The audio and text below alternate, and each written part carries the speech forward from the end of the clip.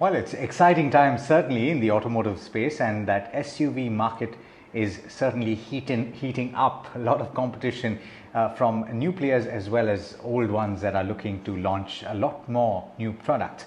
Now, let's switch gears and speak about earnings once again. We've got NHPC that is in focus. It's posted revenues of 2,417 crore rupees for the quarter, which is down 13.8% on a year-on-year basis. EBITDA margins have come in at 59.9%, and that's an expansion on a year-on-year basis, and that has led to a PAT of 983 crore rupees.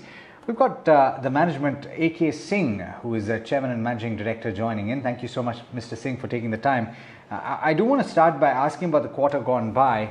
Could you give us a sense of how the business environment is currently, what the demand scenario is, and also in terms of the fact that we've had a reasonably good monsoon so far, is that something that is holding you in good stead for the rest of this financial year?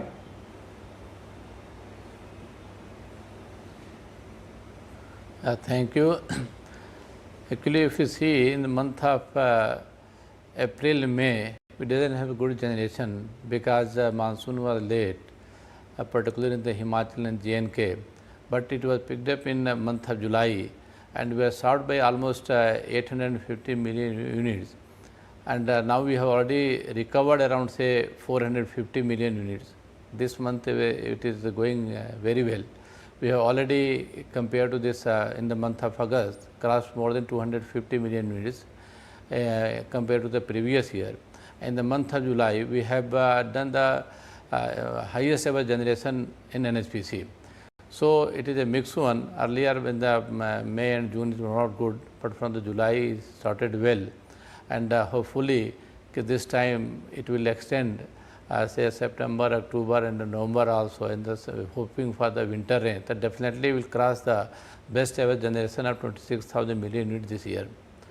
And atmosphere is fine. We had the problem with the COVID earlier, but now everywhere the things are moving well. Whether it is a construction project, operational project, our operational people have done well during the COVID period, facing all the difficulty, but they haven't allowed the project to suffer, and whatever the water is available, it was fully utilized. Not a single liter of water has the spillage in my company. So things are going well for the corporation. Oh, that's very good to hear, Mr. Singh. Certainly good times ahead then. But could you specifically give us a status update on both Subansiri as well as Parbati 2?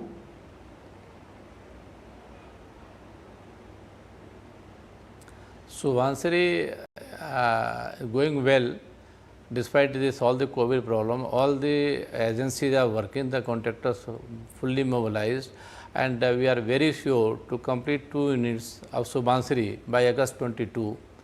And in case of Parbati also, it was going very well, but since last month some issues were there in the tunnel, so that also will be resolved within the next 10-15 days, and we are quite hopeful this Parbati will also be completing this tunneling work by December 22. We are trying to commission the project by December 22, otherwise maximum by March 23. So Subansiri and Parbati both are now on the right track now.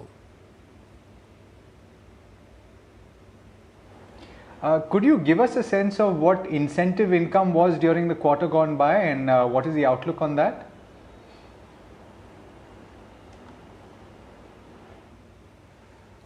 Incentive last quarter, compared to this quarter, we have given 185 crore to various discoms because of the impact of the COVID. So that thing has not happened this year. So that is the reason, despite some lower side of energy, we have been able to gain the more profit. At the same time, we get the dividend of around 80 crore from one of our joint venture company, NHPC. So that is the reason we have profit of 900 crore plus against last year, year-to-year basis, 700 crores. Okay, a couple of more questions from my side, Mr. Singh. First, have receivables gone up on a sequential basis? You mentioned that there were some issues as far as generation were concerned in J&K, but that got resolved from what you have told us. What about receivables?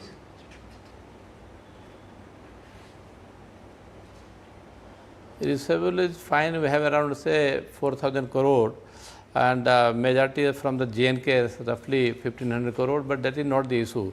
We get it touch with all the people and getting the receivable also.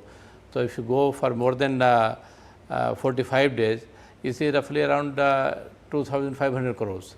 And it is not an issue for us, because even the last year also we got the highest ever this collection, 9,500 crores. So at the end of the year we get it compensated if something is delay in initial part. And moreover, since we have the more generation in this first, second quarters, so amount is also big. So collection is a bit issue initially, but it is getting resolved. There is no issue in getting the money. Understood. Mrs. Singh, could you take us through what the capex plans are? You specifically spoke about a couple of projects, but could you take us through any new power plants where construction will start soon?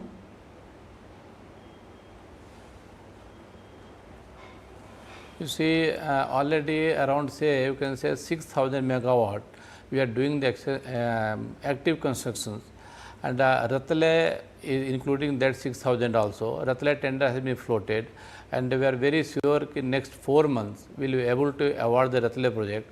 So capex we have fixed for this, including our joint venture company, 9,000 crores, and some solar project were also taken into that capex. There is some initial delay in the solar power projects, but we are trying to make up the things by putting some new solar power projects on our developer mode, so the capex can be utilized. So we are not going at the trading base now.